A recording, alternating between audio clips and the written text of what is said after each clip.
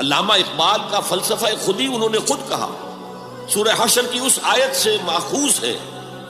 یہ واقعہ بہت اہم ہے علامہ اقبال کی زندگی کا۔ سید نذیر نیازی جو ان کے قریب بیٹھنے والے ہم نشین لوگ تھے، انہوں نے خود کوٹ کیا ہے ہماری ایک قرآن کانفرنس میں لاہور میں، کہ ایک دفعہ میں نے علامہ سے پوچھا کہ کوئی شخص کہہ دیتا ہے کہ آپ کا جو فلسفہ برگزاں سے ہے یا نیٹشے سے ہے، کوئی کسی اور کا جو ہے کوڑی لے کر آتا ہے، جو فلسفہ خودی آپ خود کیوں نہیں بتاتے؟ What is the source of the philosophy of self؟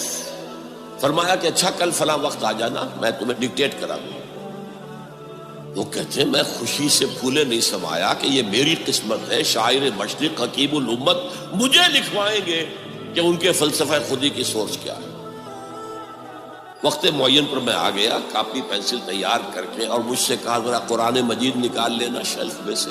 میرے ساری امیدوں پر اوس پڑ گئی کہ مجھے تو خیال تھا ہسٹری آف فلاسفی کی کوئی کتاب نکلوائیں گے یا کسی اور فلاسفر کی کوئی کتاب نکلوائیں گے، یہ قرآن نکلوایا۔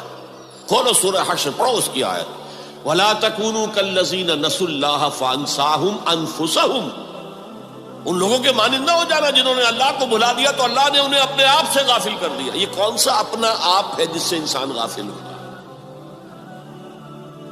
کیا اپنے جسم کے تقاضوں سے غافل ہوتا ہے؟